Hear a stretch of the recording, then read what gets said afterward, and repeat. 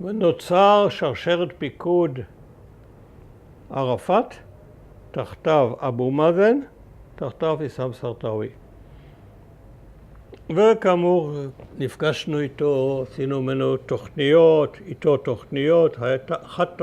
תוכנית אחת הייתה, אנחנו נרכיב משלחת של המועצה הישראלית למען שלום ישראלי פלסטיני.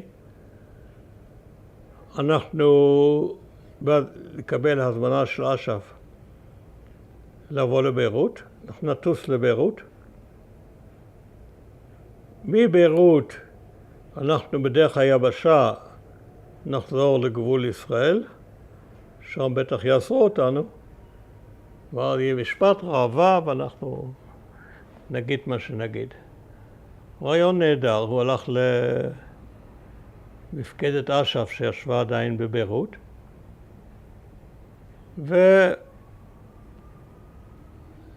ערפאת היה אדם מאוד זהיר. ערפאת לא זה בלבד שהיה אדם זהיר, לערפאת היה תפקיד שהוא ראה בו את התפקיד הראשון במעלה, וזה לשמור על האחדות הפלסטינית. כל זמן שערפאת היה, לא היה פילוג. לא חמאס ולא בטיח.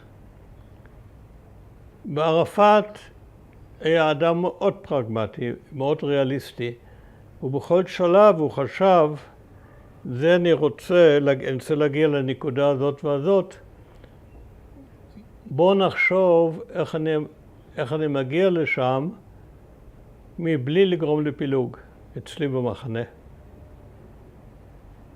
זאת הדרך המחשבה שלו בכל דבר.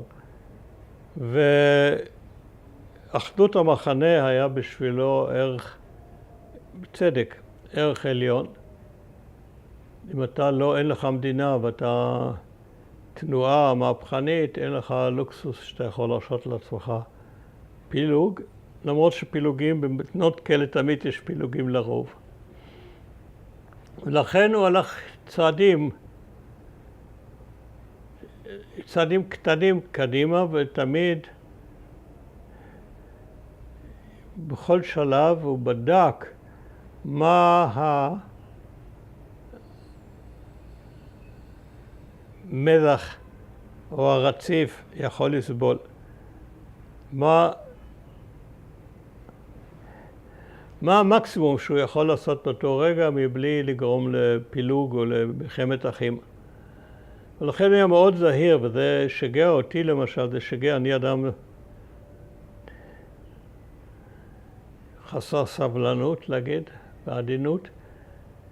וזה שגע אותי שהוא קיבלנו תשובות חיוביות, אבל לא עכשיו.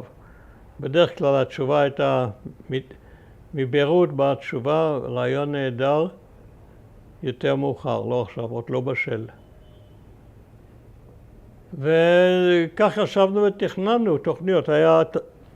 היה רעיון אחר של סרטאוי. סרטאוי גם היה אדם כלבבי, היה אדם חסר סבלנות, מבחינה זאת לא ערבי. ערבים זה גזע סבלני, יש להם חוש של זמן לגמרי שונה משלנו. אצלם 100 שנה כמו אצלנו חודש.